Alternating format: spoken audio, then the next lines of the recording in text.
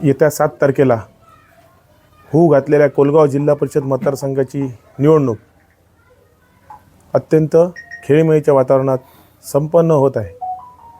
आणि आमची प्रचार फेरी म्हणजे आज प्रेस घेण्याचं कारण म्हणजे इलेक्शन आता 2 दिवसातच आली आहे आणि प्रत्येक गाव घर टू घर आम्ही प्रचार फेरी राबवली आणि लोकांच्या समस्या होत्या, लोकांची जे असुविधा होत्या ते कुठेतरी लोकांचं आमचं विजन म्हणजे मतदारसंघाचं विजन मांडण्यासाठी आजची प्रेस आयोजित केली आहे. आपण या प्रत्येक मतदारसंघात प्रत्येक वाडीपर्यंत पोहोचलो. तसा पाहिजे तसा विकास शहरीकरणाच्या मार्गावर असलेला आपण कोलगाव जिल्हा परिषद मतदारसंघ म्हणजे जर बघायला गेलं तर सावंतवाडी शहराच्या लागूनच आहे आणि अर्ध शहरीकरण हे कोलगाव असेल, कुणकिरी असेल, कारुडा, आंबेगाव या गावामध्ये मोठ्या प्रमाणात होत आहे. पण लोकांना आज मोठ्या प्रमाणात असुविधासुद्धा होत आहेत. म्हणजे मुख्य जर पाहायला गेलं तर रस्त्याची सुविधा मोठ्या प्रमाणात रस्ते खराब झाले आहेत. ते रस्त्यांची लोकांची मागणी आहे की रस्ते सुशोभित झाले पाहिजे. म्हणजे जे लोक शहरीकरणासाठी लोक आकर्षित होतात म्हणजे गाव पातळीवर घरं बांधतात त्यांना असुविधा मोठ्या प्रमाणात होत आहे. स्ट्रीट लाईटचा विषय आहे, तो स्ट्रीट लाईटचा विषयसुद्धा सुधारण्यासाठी नक्कीच आम्ही प्रयत्न करू. त्यानंतर कचऱ्याची समस्या मोठ्या प्रमाणात आपल्या कोलगाव मतदारसंघामध्ये कचऱ्याची समस्या भेडसावत आहे आणि त्या करूनसुद्धा आपल्या कारोड्यामध्ये जो कचरा डेपो आहे त्यामुळे लोक मोठ्या प्रमाणात त्रस्त आहेत. तर आमची अशी शासनाकडे मागणी आहे की ह्या जिल्हा परिषदमध्ये निवडल्यानंतर आमचं पहिलं प्राधान्याने हे राहील की कचऱ्याचा जो समस्या आहे जे लोकांना त्रास होत आहे. आता इथे मोठ्या प्रमाणात कॉलनी होत आहेत आणि सावंतवाडी शहरातील प्रतिष्ठित नागरिक ह्या आपल्या कोलगाव मतदारसंघामध्ये त्यांचे वास्तव्य आहे. तर ते तरी सुधारण्यासाठी आम्ही शासनाकडे या जिल्हा परिषद निवडणूक झाल्यानंतर नक्कीच पाठपुरावा करू आणि तो सोडवण्याच्या दृष्टीने प्रामाणिक प्रयत्न आमचे राहतील. परंतु तो कचरा डेपो इथे आहे तो कुठे स्थलांतरित केला पाहिजे. तो सावंतवाडी आमच्या आणि कोलगाव जिल्हा परिषद मतदारसंघ वेशीवर असल्यामुळे त्याचा जो त्रास आहे तो सावंतवाडी शहरासकट आपल्या कोलगाव मतदारसंघाला होत आहे. त्या दृष्टीने आम्ही आमचे प्रयत्न राहतील. गावातील महिलांना रोजगार, महिला बचत गटांच्या बऱ्याच मिटिंगी घेतल्या. त्यात प्राधान्याने असं जाणवलं की आपल्याकडे मोठ्या प्रमाणात सुशिक्षित महिला असतील, घरकाम करणाऱ्या महिला असतील, यांना रोजगारासाठी आम्ही नक्कीच पाठपुरावा करू. आपण आता सावंतवाडीमध्ये एक आमची IT कंपनी चालू केली आहे. गेल्या 1 वर्षापासून ते चालू आहे. त्यात आपले 100 मुलं काम करतात. लोकांची अशी सुद्धा मागणी आहे की मोठ्या प्रमाणात युवा वर्ग आपल्या गावामध्ये आहे, ह्या मतदारसंघामध्ये आहे, त्यांना नोकरीसाठी नक्कीच प्राधान्य दिलं पाहिजे आणि तशी लोकांची मागणीसुद्धा आहे. आपण फूड प्रोसेसिंग युनिट चालू करण्याच्या दृष्टीने आमचे सगळं आता सेटअपचं काम आता येत्या 2 महिन्यात चालू होणार आहे. त्या दृष्टीने सुद्धा ह्या मतदारसंघामध्ये 200 ते 300 महिलांना रोजगार उपलब्ध करण्याच्या दृष्टीने प्रयत्न आमचे चालू आहेत. मुख्य कारण कसं की आज आपण बघायला गेलो तर आमच्या मतदारसंघ हा विकसित होत असताना घरं मात्र रिकामी होत आहेत. इकडची मुलं गोवा असेल, मुंबई असतील, पुणे असतील इथे नोकरीसाठी जात आहेत.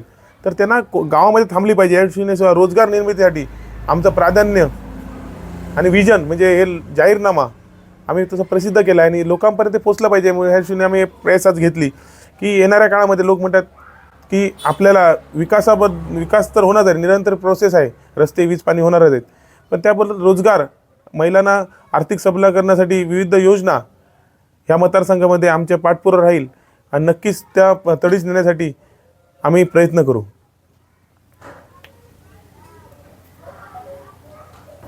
तुम्ही म्हणालात की अनेक विकासाचे मुद्दे आहेत पण याआधी तुम्ही जिल्हा परिषदेचे सदस्य होता, नेमकी कारण काय म्हणजे कुठे कमी पडला विकास? आमची जिल्हा परिषद निवडणुकी 2017 झाली आणि 2022पर्यंत आपण चांगल्या प्रकारे विकास केला होता. पण 22मध्ये आपली मुदत संपली आणि आज 4 वर्ष आली. म्हणजे ह्या फेब्रुवारीच्या 22 तारखेला 4 वर्ष पूर्ण होतील की आपला कार्यकाल संपलेला आहे आणि त्यानंतर आपल्याकडे सत्ता नव्हती, काय नव्हती. पण जे शासन म्हणून जे इथे लोकप्रतिनिधी काम करायचे त्यांनी या मतदारसंघाकडे संपूर्णपणे दुर्लक्षित केलं. जे रस्ते होते ते रस्त्याची चाळण झालेली आहे. ज्या रस्ते डांबरीकरण होते त्याच्यावर काँक्रिटीकरण करण्यात आलेलं आहे. त्याच्यामुळे सगळे लोकांची मोठ्या प्रमाणात रोष आहे. जे गटर बांधले ते बंदिस्त गटर म्हणून बांधले गेले पण त्याच्यावर ढाकणंच नाहीत. म्हणजे अशा पद्धतीने लोकांचा रोष या मतदारसंघामध्ये आहे आणि विकास कामं अर्धवट केली. म्हणजे जी कशासाठी केली, निकृष्ट दर्जाची, ही एक शोषणाचा विषय आहे. आणि बघायला गेलं तर जे लोकप्रतिनिधी आहेत तेच ठेकेदार झाले.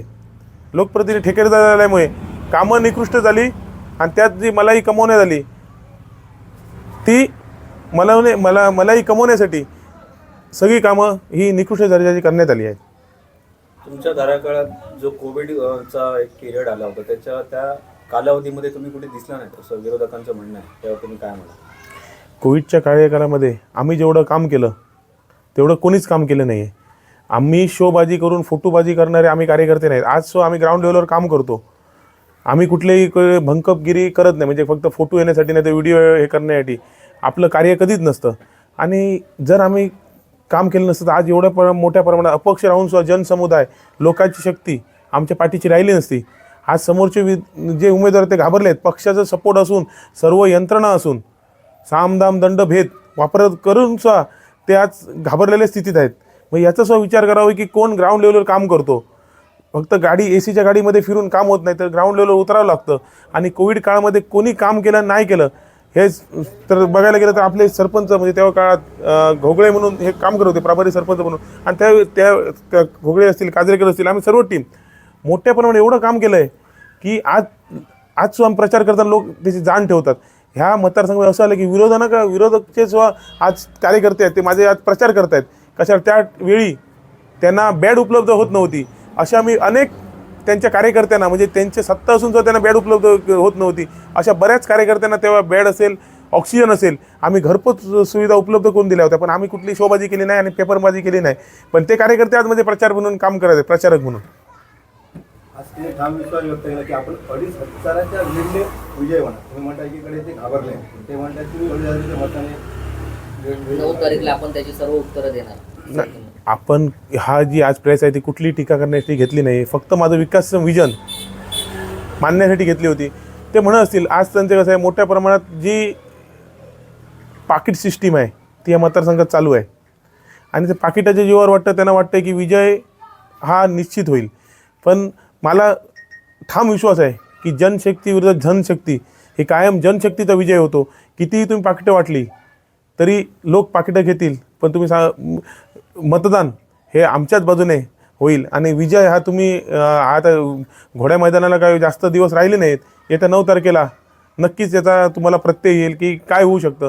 लोक पैसे घेऊन सुद्धा ह्यांना मतदान करणार नाही. आम्ही असं आवाहन करतो की तुम्ही नक्कीच त्यांचे पैसे घ्या, पण मतदान हे आमच्या नारळ आणि ह्या मतदारसंघामध्ये जे असतील आमचे धनुष्यबाण कोलगाव पंचायतीमध्ये यालाच करा. आणि लोकांना ठाम विश्वास आहे की लोक परिवर्तनासाठी आणि नक्कीच आमच्या पाठीशी उभे आहेत.